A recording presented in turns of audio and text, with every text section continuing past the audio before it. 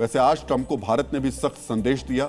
देश के कॉमर्स और इंडस्ट्री मंत्री पीयूष गोयल ने जर्मनी में बर्लिन डायलॉग के मंच से कहा कि भारत जल्दबाजी में या सिर पर बंदूक तानकर डील नहीं करता। अब हम जम्मू कश्मीर में अतिक्रमण पर एक्शन के खिलाफ सबसे बड़ी सियासी संधि का विश्लेषण करेंगे।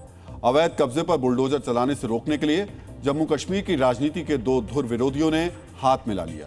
आज जम्मू कश्मीर में राज्यसभा की 4 सीटों के लिए चुनाव हुए। इस चुनाव की खास बात यह रही कि पूर्व मुख्यमंत्री महबूबा मुफ्ती की पार्टी पीडीपी ने मौजूदा मुख्यमंत्री उमर अब्दुल्ला की पार्टी नेशनल कॉन्फ्रेंस का समर्थन किया। महबूबा की पार्टी के 3 विधायकों ने नेशनल कॉन्फ्रेंस के उम्मीदवार के लिए वोट किया, जबकि जम्मू कश्मीर की राजनीति में नेशनल कॉन्फ्रेंस और पीडीपी एक दूसरे को बिल्कुल पसंद नहीं करते।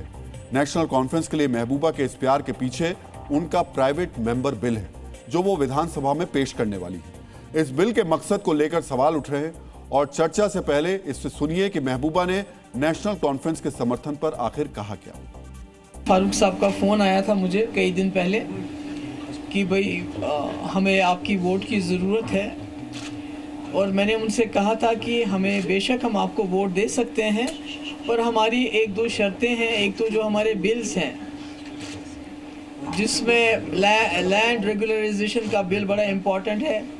जैसे आपने देखा कि पूरे मुल्क में जिस तरह बुलडोज़र चला, यहाँ भी काफ़ी जगहों पे बुलडोज़र चला, जहाँ सरकारी लैंड में जो गरीब लोगों ने कोई घर बनाया था कास चराय में 4 मरले, 8 मरले, 10 मरले, उनके ऊपर पिछले 2019 से लेके आज तक उनके सर पे तलवार लटक रही है।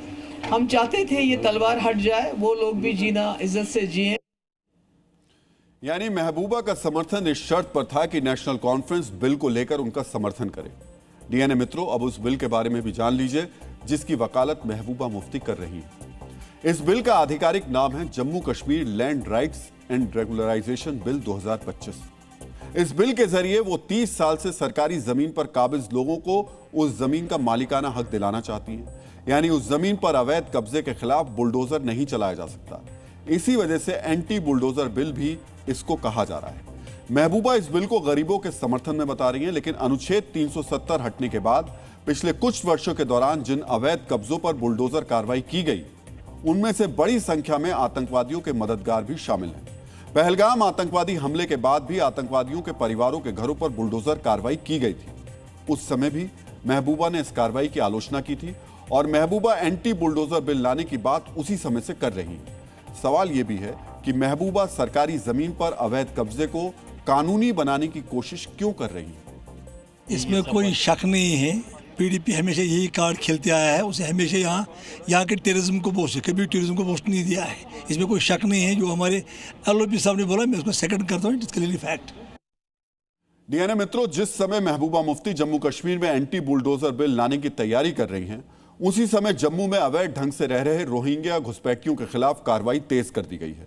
जम्मू के बाहू इलाके में प्रशासन ने रोहिंग्या बस्तियों में बिजली और पानी की सप्लाई काट दी। प्रशासन ने रोहिंग्या घुसपैठियों को बस्ती खाली करने के निर्देश भी दिए। जम्मू के विभिन्न इलाकों में रह रहे रोहिंग्यास के खिलाफ सरकार ने बड़ा एक्शन करते हुए यहाँ पर जम्मू के निदेश विहार जो इलाका है, नरवाल इलाका, वहाँ पर जो है यहाँ पर बस्ती खाली करने के लिए कह दिया गया है। और आप देख सकते हैं अभी इनके द्वारा बस्ती खाली भी की जा रही है। पहले बाहू तहसीलदार के आदेश के बाद यहाँ पर बिजली पानी जो है वो यहाँ पर काटी गई थी, और अब जो है वो इन्हें आदेश दिया गया है कि पूरा इलाका जो है वो खाली कर दीजिए। ये लगातार लगे हुए हैं। ये घुसपैठिए पिछले कई वर्षों से यहाँ रह रहे थे, लेकिन आपने कभी भी महबूबा को घुसपैठियों के खिलाफ बोलते नहीं सुना होगा। अगर अवैध कब्जे को लेकर महबूबा मुफ्ती के तर्कों को माने तो रोहिंग्या घुसपैठिए भी हमेशा हमेशा के लिए यहां रहने के हकदार हैं। यह भी हो सकता है कि कल महबूबा मुफ्ती इन्हें जम्मू में रहने का अधिकार देने के लिए कोई बिल लेकर आ जाए, लेकिन इस तरीके की राजनीति देश के लिए नुकसानदेह बन जाती है। देश को धर्मशाला बनाने वाली सोच की सुप्रीम कोर्ट ने भी निंदा की थी।